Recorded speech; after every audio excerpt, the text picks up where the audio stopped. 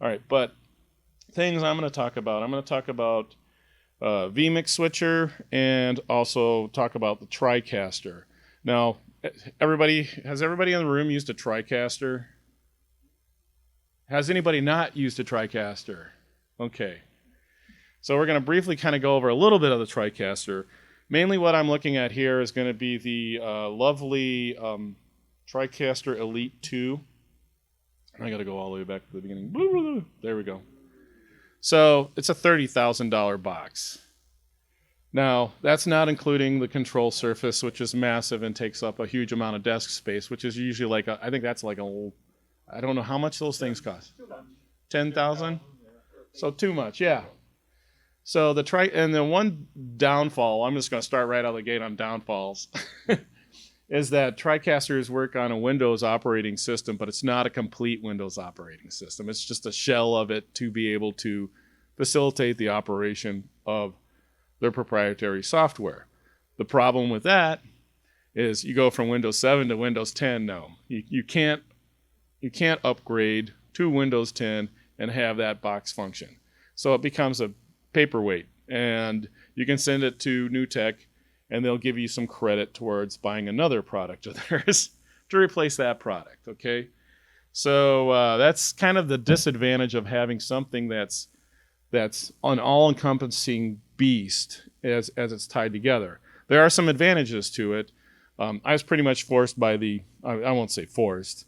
I was encouraged to purchase this particular model for our council chambers because we were directed by a city council member to spend $50,000 towards upgrading our signal carriage, because we had a whole bunch of new equipment put in, and then all of a sudden we were trying to, through just a simple network connection, send our signal from City Hall to our head end, and it was having dropouts.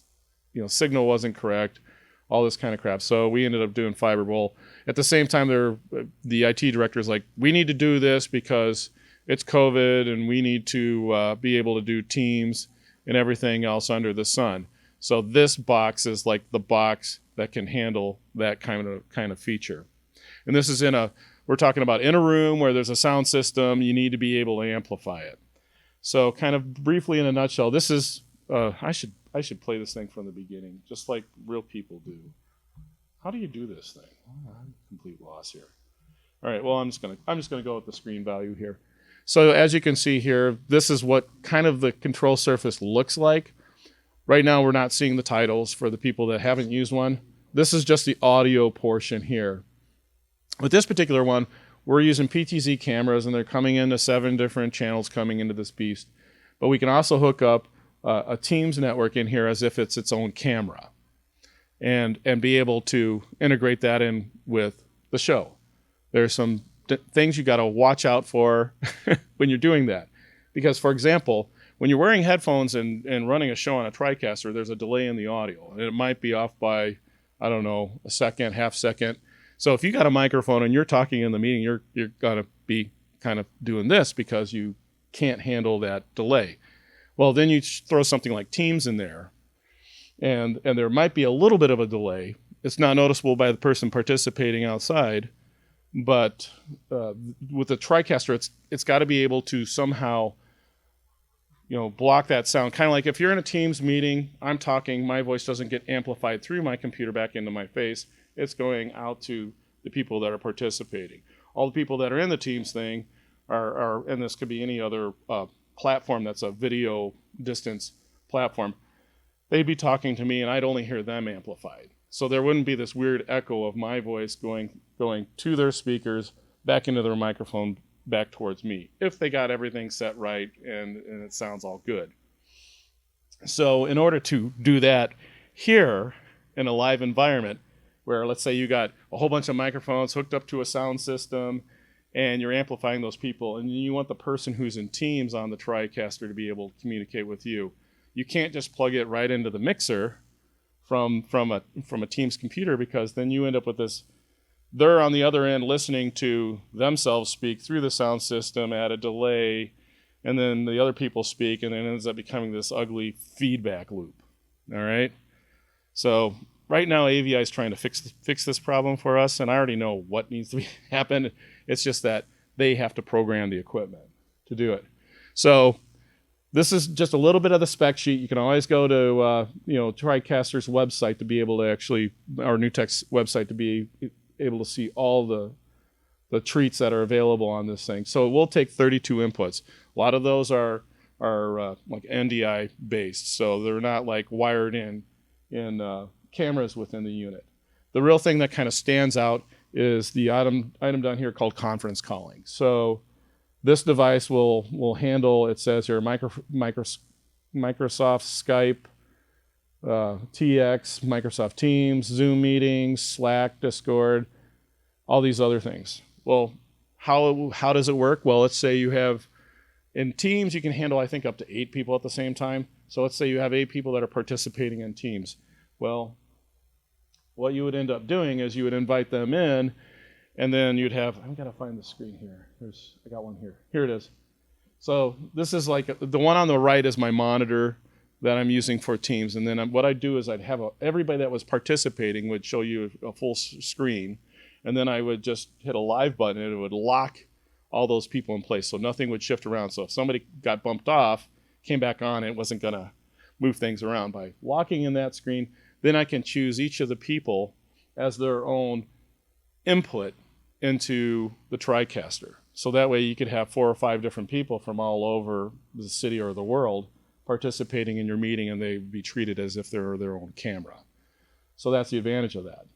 But in order to reintroduce that sound back into your live room, it's got to happen a tricky way. So on the back of the unit here, you can see there's only 8 video inputs and 8 video outputs that are SDI. The rest of it's all going to be network-based. And then on the far right, you can see a bunch of different audio ins and outs. So for us, we have our mixing board going into the top 2, and then at the same time, we're not amplifying from our TriCaster out because we don't want that delay. But for the person who's in Teams, we have to send it out off of the TriCaster back into the sound system. So how do we do that without having it go into the sound system, come back in here, get reinserted in here into our program, and then goes into the land of loopy-loop. The way we do it is that on the back of the TriCaster, you can route where your audio signal goes. So with the app, we would actually tell it, oh yeah, well, we're going to go to the master for our recording, but we're also going to go to the auxiliary send and send it off the back of the mixer. Okay, yeah, that sounds a little confusing. Here's the map. This is how it's done. So let's say there are 3 microphones there. They're coming into our sound mixer.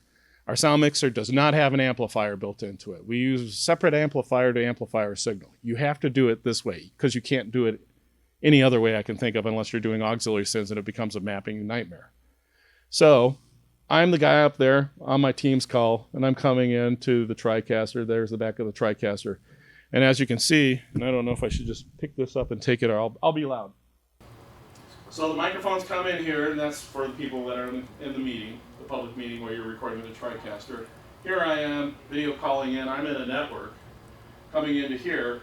Well, the mixer here is hitting an amplifier and going to the room so everybody can hear everybody. And this is regular. It could be an analog. It could be a digital mixer. It doesn't matter. Something without delay. So you're hearing it in real time amplified. Right? But I'm coming in here, I can't just be reinserted into this, or there's going to be this crazy, nasty feedback loop. So what I have to go is route myself auxiliary out from this, because this is a signal from the mixer to the TriCaster, okay, just for recording purposes and streaming and whatever. But the signal from me being in the app is all mixed in there anyhow, so it's recorded internally and then sent out. But the auxiliary send is coming back out here, and I have to introduce it into the amplifier post-mixer so that it's not being reinserted back into the system here, and then have that amplified. The way we do that is we literally just have a powered speaker like this one in the room explicitly for auxiliary send off the TriCaster, which is the people that are participating in that session. Yeah. But I mean, in order to do it and do it nice and clean, if you want your council chambers to look pretty, the way to do it would be you reintroduce it into the amplifier, so they'd have to map it through like a Dante type of program, or a lot of them like to use some other off brands. I can't figure out what the names are, but that would be the way you would do it. So that's kind of like one of the cool things about the TriCaster is you can reintroduce those other video platforms into it as a channel. But the problem is if you're going to do sound reinforcement and share it with the world or share it with the room, you got to be able to map it out that way. So I need to send this to AVI and go, this is how it needs to be done. Okay? And then hopefully they can schedule us and make it happen. So that's kind of the TriCaster and feature the TriCaster has that newer ones have that can help us do our job. But the formula of the TriCaster really hasn't changed much over the years, other than they went from standard definition to high def. Yeah. We had ours installed probably about a year after COVID, which in my opinion was a year or two late. But one big benefit between the old TriCaster we had and the new one, the old one I think was a 460 or whatever. Yeah. With the old one, since it had to go to the cable channel, we had to set it at 480i, right? But then it sent 480i to everything. Yeah. Well, and including recording the file. With the new TriCaster 2 Elite, it'll record in HD or whatever I tell it. It'll send out standard definition to the cable channel. It'll send out something else to, let's say, Granicus or any other service. So that's a big benefit. We really haven't had any downtime with it, but yeah, like you said, it's like I updated the firmware with the original one time. It took me 3 days to get it back to normal, and that's after contacting support, which took a day to hear back from. But it's kind of yeah. Yeah, with we had one of the models. I can't remember which one it was. It was 410, 460, who knows what. And when we first started doing all these remote meetings, I found that I could only, hooked up to the internet, I could only do like teams coming into the unit and record it, and I couldn't operate my cameras at the same time. It's like I either had to be on the network for the power over Ethernet to control my robotic cameras, or I could be on the internet for streaming. And so I was kind of forced to, I got to do the streaming thing. So all of a sudden, all my cameras didn't work. So there was some kind of a hiccup within the system, and that was on the Windows 7 based thing. So I'm going to now launch and just show you another video. Now I'm going to really briefly, hopefully your thing will uploaded. Or we're going to have to... Oh, good. Okay. So I'm going to go ahead and go into a vMix, and then I'll let you talk. This is a video I've created. It's 9 minutes long. So camera operator just needs to probably point their camera at the video. So this will give you an overview of what the vMix does. The basic thing with a lot of the vMix is made in Australia, and I'll explain it here. But the different versions give you extra features. So you pay more, you get more. So instead of the cheap version, record on one stream. The more expensive version, 2 streams. HD, 4K. So I'll let the video tell its story.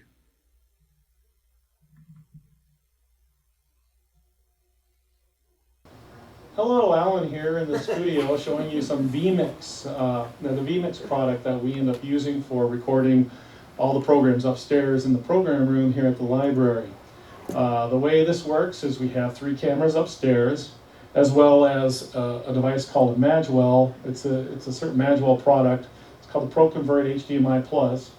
And this is hooked up to a presentation computer that we have upstairs. We got an extra one here just in case somebody wants to plug in their own, let's say, personal computer. Somebody brings in a Mac and they don't want to put their stuff on your computer, which is understandable. We can always plug this thing in and it'll act as a synth. It can also have a camera plugged into it, like the camera that's shooting me right now. I could have that thing plugged in here and then go power over Ethernet out of this into my switcher and have it come back to the vMix. So that's how we can work it. This particular camera right now is actually plugged into the the back of my PC, I have a Blackmagic card that's already in there for taking in video signal. I also have one for output. And the output one right now is being used as a display port, but it's being used for our little Shogun here. We're using it as a backup for our recording. So right now I'm using it as a display, but if I hit stop and choose my SDI source, which is what I got going on, now you can see there's our image that's recording here, and it's recording there at the same time as a backup. I'm going to switch it back to screen HDMI feed so that way you can see what we're showing you here on how it operates. Okay, so looking at it, I'm going to spin it back this way. Audio-wise, upstairs we have a PA system. That PA system has an analog feed down to here.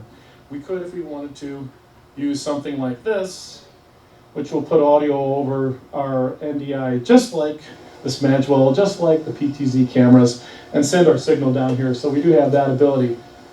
We kind of redundantly just use a Zoom audio recorder upstairs, and that captures the audio because we just kind of break it off, double the signal, and send one signal down here, one signal to the PA system, one signal to our Zoom recorder. And that way we can marry things together later if we want to make sure we've got something super clean. But sometimes this ends up being pretty clean on its own. Audio-wise, the audio from upstairs comes off the PA system. It's this mixing board here, which is a Mackie. And then that runs into a PreSonus Audio USB 96, which has been around for a while, and it's a USB audio interface. If I wanted to, I could get a mixing board that already has a USB out, and then we can just run stereo off of that. I could also use something a little bit higher end that might be multi-track and use a separate software to record the multiple channels on that. But most of the stuff we're doing here is just kind of talking head type of presentations. All right? Now, as you look up here, I'm going to switch to one of the 3 cameras in the room. So I'm going to scroll up a little bit. So here's one camera in the room. They're setting up for a presentation.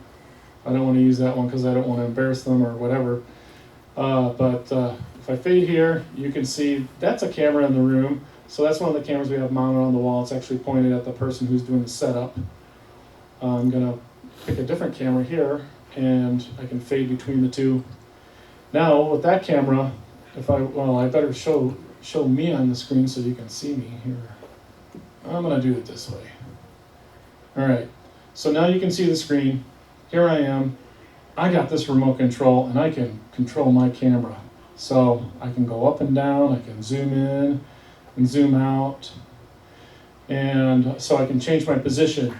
It's always the camera that's in the preview window is the one that you can control. So if I choose to do a different camera, I can choose this one as the next one coming up. And see, I can move that one, and then I can fade to it. And once I fade to it, then I'm on this camera as a preview, but I'm not controlling this camera with the preview because this is just our Sony camera up here. But if I want to move any of the other cameras, there you go. So that's kind of cool. Now, this thing will work in alpha. It works kind of in alpha level because it does have that option. Better get to my image here. There you go. So I can use it in alpha layers. So that way, if you want to use titles, you got that ability to it. So in order to bring in a title, it's just a matter of going to add input, and then you can come over here to where they have titles, and you can actually build titles. There is a software within it down here. One of these things has a preset for building a title. I built some titles. I built some overlays for our lovely League of Women Voters, so they're going to be on the kind of the extra layer here. So I got one here. Here's a good one. Or maybe I'll use this one, an overlay type of bug. Okay. Now I brought in the overlay bug. I also have another one in here. It's a League of Women Voters. So in order to get these to layer on top of things, they're kind of like a PNG, so they're clear in the back, and then the text or whatever, the image is kind of creating that border. It's just a matter of me making it a layer like that. So number 2 means it's on top of it. So if I were to switch between cameras, that number 2 is going to still stay there because, guess what? It's kind of alpha. But if I were to make this alpha, this image here, then That's the boom, video. I'm over the top of that lower third. Okay? I could even bring in this little puppy here if I wanted to. I can make it look that. There we go. Now we're alpha layer 3. So we're actually on top of the League of Women Voters, on top of the background. Okay? Audio wise, you can actually use audio from your cameras if you want to. The cameras do have like a line level in, and we're using PTZ optics cameras. You could use that, or you could use like an audio interface like this. The module can also pass through audio as well. So right now we're just using strictly that audio input from over here. I better take all this garbage off the screen. In order to take the garbage off, you really just gotta unclick it, and then boom, it's available. We do also create some video intros and outros that will play at the beginning and end of a program, so that way if we are streaming live, we're good to go. The stream button's down here. Okay, and now I'm gonna just open up the presets. So then I would create my preset, and for YouTube Live or whatever with the stream key in it, and it'd be good to go. And as long as I programmed it, within my YouTube page, then boom, I can just hit that stream button and automatically we'll be streaming. I don't have anything preset right now, so it's not gonna auto stream. The other thing too is this external thing right here. This is actually sending that signal out to our Shogun for recording purposes, because it's always good to have an external backup of what you're recording in case something goes wrong within the computer. The computer is recording internally, so right now I got to hit on record, but I'm gonna hit pause so you can see what this thing looks like. Yes, I want to stop, and then if I push the button, now you can see that I'm recording. It's called Alpres, 1920 by 1080. 29.97, bitrate 16. I'm gonna hit record again, and now we're back in business. So that's kind of an overview of what the vMix is like. It's not a very expensive system, but you do have to obviously build your PC to be able to handle something like this. I kind of try to go on high end, like a Ryzen 9 or an i7 for the PC build, or if you can find one that's powerful enough. But sometimes you're better off building your own. And then the software wise, I feel like it's right around $600, $700 for that initial purchase. We use the 4K. Might be less than that, depends on what the vendors, if you can find a vMix vendor, you might be able to get cheaper than buying it from them directly. They're all out of Australia. But I feel like when I upgraded to some of the software, it wasn't horrible. I felt like it was kind of like upgrading your editing software. So it wasn't an awful price, but for what it does, it's a lot cheaper than some of the other options out there. So that's kind of it in a nutshell. This is our system, and it works just fine. It's pretty intuitive. Yeah, and I call those channels alpha channels. They call them layers. But I mean, you can make the video a layer if you wanted to. So we'll create an intro and an outro for like the League of Women Voters, and just let that sucker run all the way to the end as an alpha 2 channel or alpha 3 channel. I'd do it as like a 3, and then I'd unclick it when it was done, and it would literally fade out, not hard cut. It'd fade out, and then I'd already have like another title underneath it as a layer 1 or 2 that would say League of Women Voters Candidates Forum. So that way you'd constantly have the images up there. It's like Title Maker Pro, the old school title type of thing. It's nothing spectacular within the system. You could choose to create your stuff through Photoshop, and then turn around and add your text later and manipulate it that way. One thing I failed to say with the TriCaster, the newer one, the Elite, is that it will handle Photoshop files and allow you to edit your text. That's the one nice thing that's with the titles that go for the TriCaster. So that way you're not forced to create all your titles, create a PNG, get it on there. So, yes. With the vMix and graphics in particular, are you able to do motion graphics as well, or is it only still? As long as you play it with I'm sure if you have it as clear, you can crop it and do things like that. So if you have some way of it having a clear background, you should be able to do some kind of layering. I haven't done anything with bringing, we subscribe to Juicer. I could probably bring an animated piece from Juicer and throw it in there, and it should be able to layer just like I would, use any of those tools with my regular editing software.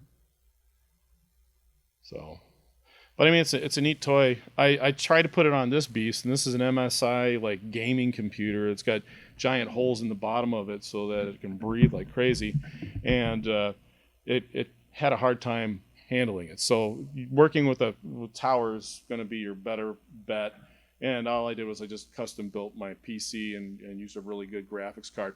But really the Blackmagic, I ended up buying two separate Blackmagic cards, one for inputting and one for outputting. I could have probably bought one that had it all together, but it's key to get that because then I can hook it up to our input in our Castis and do live broadcasting from the library or from our studios. Yes. What was that piece of gear? Magwell, yeah. Magwell.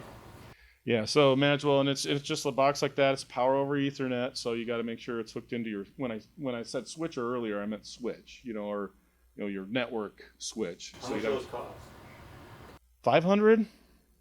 So yeah, so every device you have that has HDMI can go right into that. I mean, you can buy some simpler ones that'll down convert it. So if you wanted to, you could send out your NDI signal to a remote screen someplace else, and then they have an HDMI output. So they're kind of bi-directional. But the cool thing is it had a loop through, so that way a person can plug into that, and then you can plug it into the projector and still record that device. And power over Ethernet, or Yeah. It does have an area where you can plug in an adapter if you choose. How do you spell that? Magwell? Yeah. It's like Magewell, I think. Like Magewell. It might be Magewell. I may be pronouncing it wrong. Potentiometer, potentiometer, I have no idea. Are you ready? All right. So what we use for live switching is the Blackmagic A10 Mini Extreme ISO. The version we have is the all HDMI version. There is an SDI, all SDI version as well. 8 video inputs. Paul, do you remember the price? Under 2? Yeah. So under $2,000.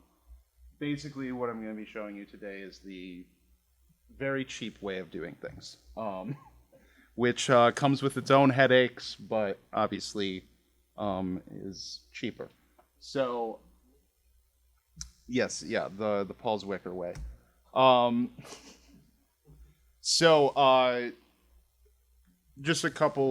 Just some examples of what you can do with this, and especially focusing on what you can do with this in conjunction with using OBS. So for this meeting, I didn't use OBS, but I'll get to how you could here. Basically, you can use the super source function on there to display multiple video sources on screen at a time with a background. Basically, this is just a PNG image. These boxes are just transparencies, and the video is coming through. And then this is another PNG displaying over top of all of that. So I'm able to get 3-shot, 2-shot, wide shot, cut between all of that. And then you can also program all of these macro keys right here to do basically whatever series of functions.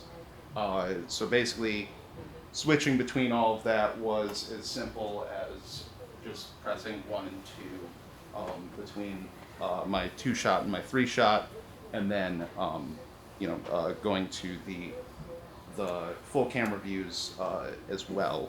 So yeah, that's an example of what you can do with the super source. Mainly what we use this for is for sports. So multicam sports. Here's an example of using it with OBS. Actually, to go back to this quick, if you wanted to have a moving background per se, instead of taking a PNG, you could also take a video source. So that's where OBS comes in.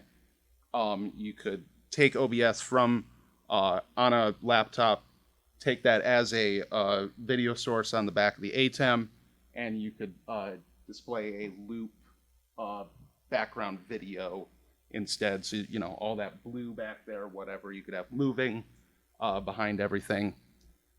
So with the multicam sports, basically with our basketball games, in the gym, they have a Daktronics scoreboard, and we have a little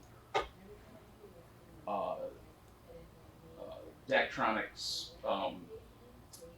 video scoreboard that we use. Unfortunately, this thing is old in 720p. So that can get annoying for multicam games, or for single cam games. It's fine. We just use it for multicam games. To use it, it can get a little bit more complicated. So basically, what we did with this game was plug the Daktronics video scoreboard into OBS. Basically, it was against a blue background. That goes into the ATEM. You key out the blue background. You crop some things, and then you're able to display this, and then I'm able to cut between all of my camera sources while the scoreboard's up the entire time.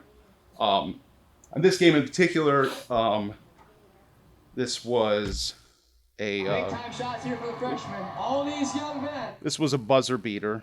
So with a last second half court shot, Miles so having goes, the but the court scoreboard loses, was very goes up. important. Yeah. So,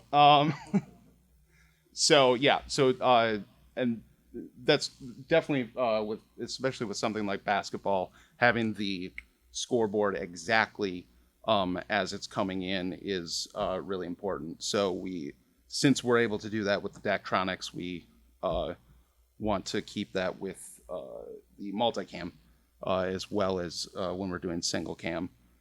So basically, how you get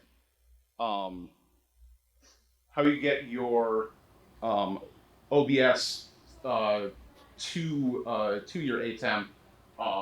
This thing's come in handy a lot. Basically, this is a USB to HDMI out.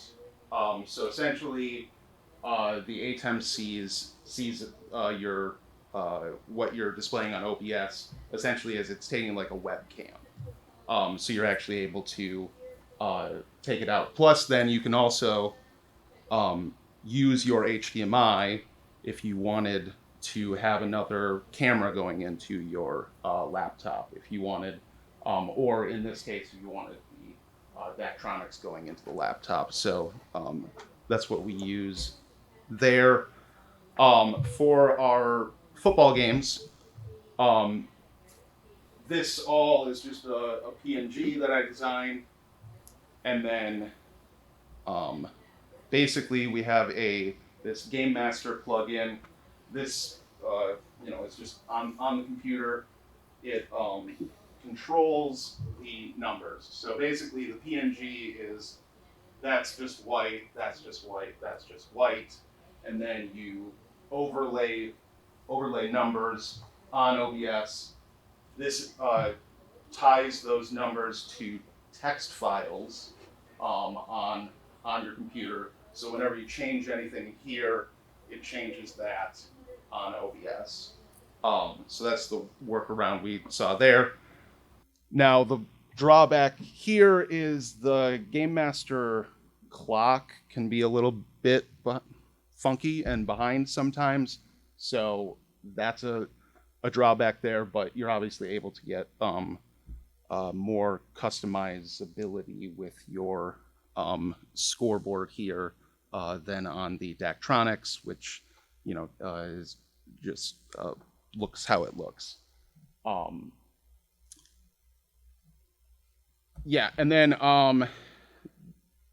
has everybody used OBS? Yeah. Okay. So yeah, this is how OBS looks. I'm sure you've used it. I don't know how much else I have, but that's essentially what we do. Yeah, we had just bought an SDI ATEM as well, the full blown one. I think we paid around $1,400 for it. So and the cool thing about that, and I'll walk over here. Okay. Like, this is not a great shot. Without all. Yeah, get my nose real close, please. Yeah, we bought one recently, and we got the SDI version, so it's got all kinds of SDI plugs in it, but that's even out. So in order for me to watch it on a monitor, I gotta go SDI to HDMI, and then I can see a screen, where we're switching. But the cool thing about the screen is you can also, with the higher end ones, the $1,200 to $1,400 ones, they'll have 2 USB-C outs, so that way one you can hook to the internet for your streaming live, and then the other one you can hook to a hard drive to record. Yeah. And then you still have your SDI output that you can feed to multiple sources, and you can tell it to be one thing or another. And I think with a lot of this type of equipment, I know it happens with vMix, I can record a couple different paths, and one path is without an overlay of titles, and the other path is with the titles. So that way, if I feel like I screwed up something really bad and I put Bill's name underneath Sue when she was speaking, I could go fix that in post easily because I'd have the raw footage. And the other thing too, there's even more stuff in here than recovering. For example, all these buttons down in here, they can control Blackmagic cameras, so you can do color correction for those cameras when they're hooked in. So as long as you're using a Blackmagic camera with this device, you can control that. So for most of us, when we're using whatever we have existing, we can kind of ignore that path there. The only thing I find is kind of a downside, and we've tried doing these I like these wireless 2Go by Rode microphones, is that the audio inputs in here are minis. They're 2 8-inch jacks and they're in stereo. So you're dealing with that. Your other option is, if you're going SDI or even HDMI, is to bring the audio into your camera and use that as your source for your sound. That way you got more control over it there, closer to your source, and then you're dealing with balanced sound. So when we were using our little Rodes, the problem is it doesn't like to go through glass or walls. So our control area is behind a glass window. So we had to run like a nice long 20-foot cable, mini extension cable, out to the other room where the 2 microphones are, and all of a sudden we're getting this low hum in our recording, so we have to go in and post and clean that up. And the guy who's the host is actually speaking in the other room on social media. So, hi Nick. So that's what we've learned. So I have to have a dedicated Blackmagic device to go from the SDI out just for the preview portion to my monitor, unless I had a monitor that was SDI in. It seems like it's a lot cheaper for me to use $50 items than to buy an big SDI monitor. But you also over here you can choose what you're seeing on the screen, so you can get your program view with all your cameras lined up. It'll also tell you where you're at on recording or not, if you're recording with a hard drive attached to it. I think it can also show your audio files. It just depends on what preview screen you want to end up using. But yeah, with OBS, it's treating it as if it's a camera coming in. Yeah. So you have to keep that in mind with OBS. So yes. Sorry, when you're done with that, I'm not really talking about Blackmagic necessarily. My question was more about the How to spell something? Daktronics coming out of the scoreboard into OBS. How are you doing that? Is that just a regular cable, or how do you know where you're plugging into the Daktronics? Yeah, so it's just Daktronics HDMI out of the Daktronics into the HDMI of a laptop with OBS. Yep. Yes, and then USB to HDMI out, and then into the ATEM. So yeah, a little funky run, but yeah. Do you have a huddle camera in the Oregon gym? Yeah. Oh, There oh, is do now. they? Okay, yeah. There is? Yeah. So, not to make us sound lazy, but I guess I will. In Sun Prairie, we just take the huddle camera into OBS, and that's the only camera we use. Oh yeah, yeah, Camera follows the action, and Pretty yeah. well. You could also do that. yeah, that's what it is. I just have an HM Mini Pro, which is like $300. But I noticed, and I just use it for remote stuff, but I noticed that, you know, with the 4 HDMI inputs, only HDMI one input takes a longer cable length than like 10 feet. Mhm. All the other ones, I had to run a cable like 20 feet, and I plugged it in 2, 3, and 4, wouldn't work. Huh. It only worked on one.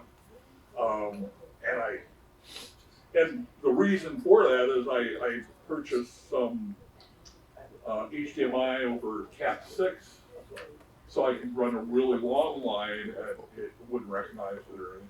Yeah, So I was like, I don't know if it's just a Mini Yeah. Pro that's like that or. yeah. I will say I know for a fact the Mini Pro. We've run a 25-foot HDMI on that. So It just works on input 1 and not the other 3. So I've gotten 250s off my mini. wow. yeah. You got a glitch in your. What's the Game Master? Where did you get that? Like, what is it? So that is a free plugin online that you can find for OBS specifically. Yep. Yeah, and yeah, read the instructions for it. It takes a little to wrap your mind around it at first, but yeah, it literally basically all of these functions have a specific text file on your computer, and as you change stuff in this in the Game Master, it changes the text files, and then OBS recognizes what's going on. Cool. Okay. So Yeah, one other thing, because I heard people clapping in the other room, we should probably wrap it up. Yeah. PTZ just came out recently. If you have I think it's the Series 2 or later or whatever, other PTZ optics cameras, the new software that comes with it can do tracking. So they kind of fit the same thing as the huddle cam type of market. So if you already have a couple of these $2,000 cameras, it might be wise for you to have within the network a computer that's controlling it so that you can tell it to track your people that are antsy and can't stop moving, because it's trying to operate that game controller, trying to follow people that are like, and another thing, and another thing. It's like nah, now I'm gonna have to go with a wide shot for everything. But yeah, with the PTZs, they just came out. They just put that on display at NAB or whatever it was. So yeah, I'd suggest if you have those cameras, download that software and play around with it. And all you do is you just kind of tell it which camera to track. So you just kind of hit an activation button and then it's following. I haven't tried it out yet. I want to. We'll be using that soon. But yeah, if you have any questions, come ask us. You know, here to the end. Thanks.